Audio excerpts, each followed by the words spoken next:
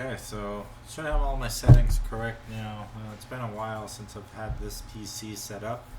So what I wanted to do was show you the box breakdown, and I'm having the remote connect into my desktop over there.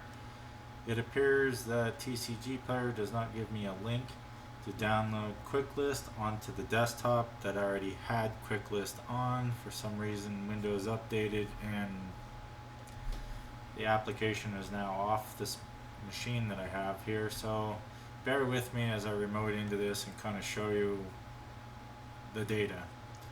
So originally when I was uploading or doing a live on the box break and whatnot, I wasn't really that impressed with what I was seeing, other than I saw some like sword cards and stuff like that, but I really didn't know what to look for in that set, so that's why I was kind of not really too excited or knowledgeable. But once we break all the cards and we upload all the cards into Quicklist, this is where I kind of shine. This is where I want to show you how owning a gaming store and trying to get the singles and the bulk and all that kind of stuff uploaded and how you can find the value. So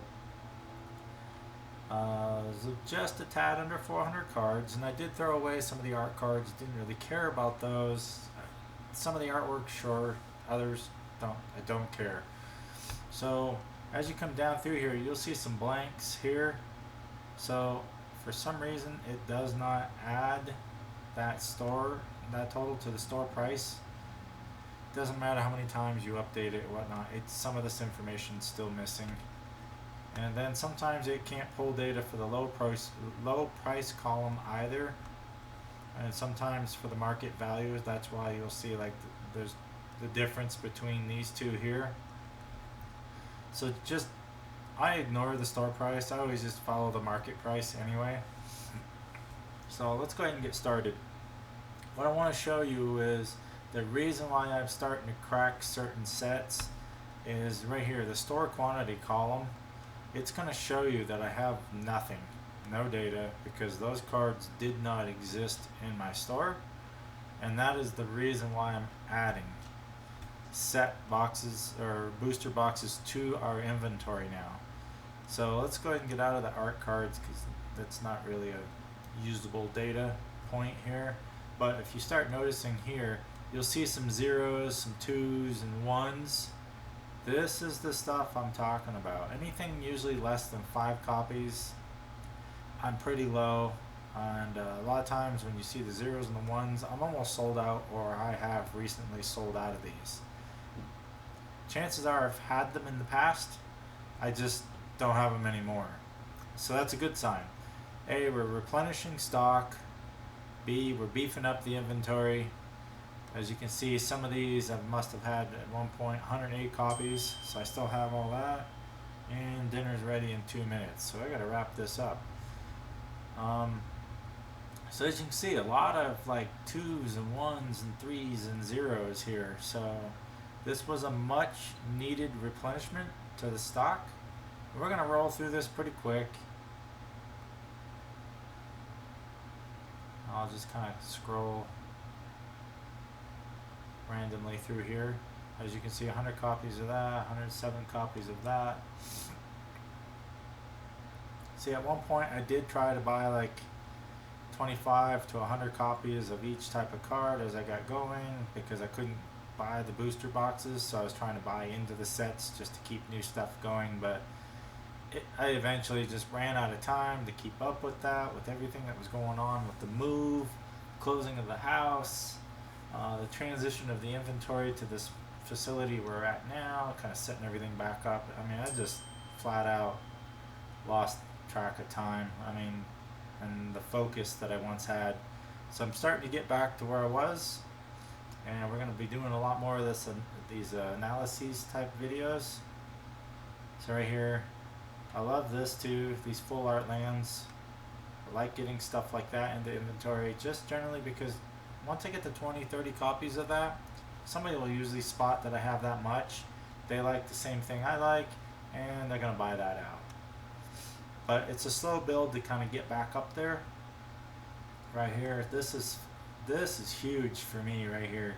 Just even if I only get one copy, I mean, the fact that I'm starting to cast the net a little bit wider about all the variant types of cards in the sets and the variant copies of each of those types of cards. This is helping me a lot. And this is super nice because it just fattens up the inventory. It's going to appeal to a lot more buyers having a wider inventory. And a couple of the things I want to touch on too is right here I was starting to notice that we actually had the list version of cards in here, not just Phyrexia all will be one. So I started setting them aside, and then here towards the end I started adding them, and this is where the value of this box really jumped.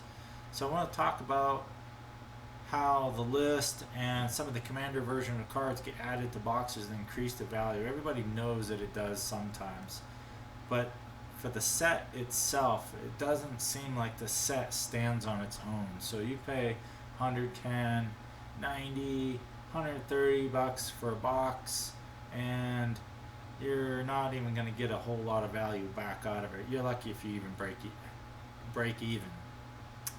You're probably going to end up like $90, maybe to $100. But with these additional cards from other sets that are splashed into these booster packs, it can jump you up over quite a bit here. So we're gonna keep scanning, get to the bottom here.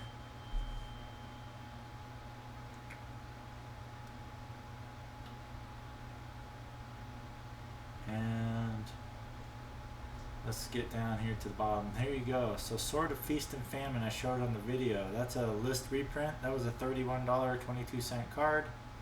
Pretty sweet. Tecothal Inquiry Dominus Showcase. That was a almost $15 card. It's showing that the low price is $8.82 over here. So we'll find out what it ends up being when I upload it. Couple of $1.83 cards. These are the normal versions of the Swamp, $2.69, and then there's a foil, so $2.26.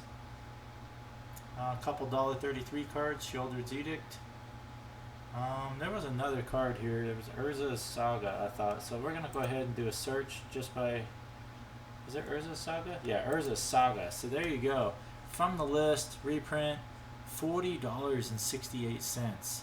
So the two swords was $70-something, which was amazing. I was not expecting that. I did not know that the list was even in this set. So pretty happy with this box. These are cards that will be available up on the store.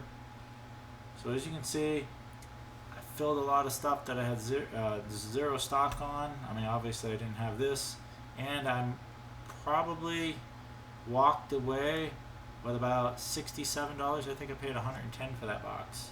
Anyway, we're gonna upload this video, and y'all can kind of mull it over and look at it for yourself and comment on it. Anyway, I appreciate y'all taking a look. Thanks. Bye.